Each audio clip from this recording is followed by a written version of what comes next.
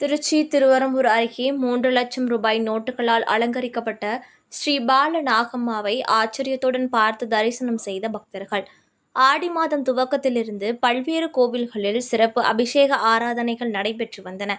இதுபோன்று அம்மன் ஆலயங்களிலும் நாள்தோறும் சிறப்பு நிகழ்ச்சிகள், சிறப்பு அபிஷேக ஆராதனைகள் நடைபெற்று வந்தன.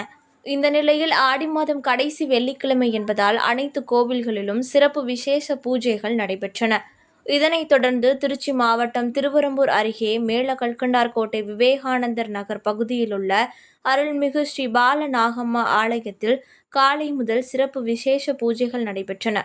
அங்கு ஆலயத்தில் உள்ள ஸ்ரீ பால நாகம்மா சிலைக்கு 500, 200, 100, 50, 20 ரூபாய் நோட்டுகள் என 3 லட்சம் ரூபாய் நோட்டுகளால் அலங்கரிக்கப்பட்டு சிறப்பு விசேஷ பூஜைகள் நடைபெற்றன. இதில் ஏராளமான பக்தர்கள் கலந்து கொண்டு ஸ்ரீ பால நாகம்மாவை தரிசனம் செய்து ரூபாய் நோட்டுகளால் அலங்கரிக்கப்பட்ட பால நாகம்மாவை ஆச்சரியத்துடன் பார்த்து சென்றனர்.